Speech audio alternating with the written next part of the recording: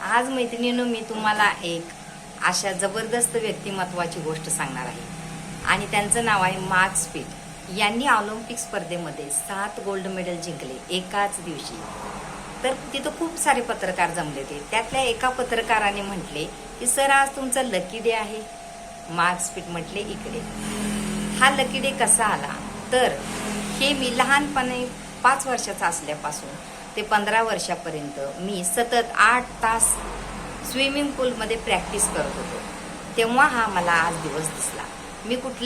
मी कार्यक्रम अटेंड केले, पण मी कधीही माझं प्रॅक्टिसचा दिवस मिस केला नाही। तर या पद्धतीने माझ्या बरोबरची जी लहान मुले होती ती टीव्ही बघणार, चॉकलेट खाणार, बाहेर खेळायला जाणार, मस्ती मौज मजेमध्ये त्यांचं दिवस ते घालवत होते। पण मी मात्र कष्ट करत होतो, सतत सतत सतत प्रॅक्टिस करत गेलो।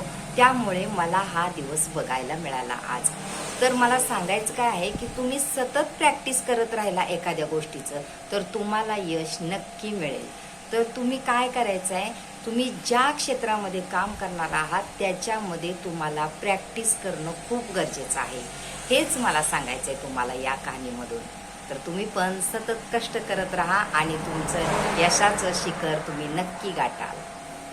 थँक्यू।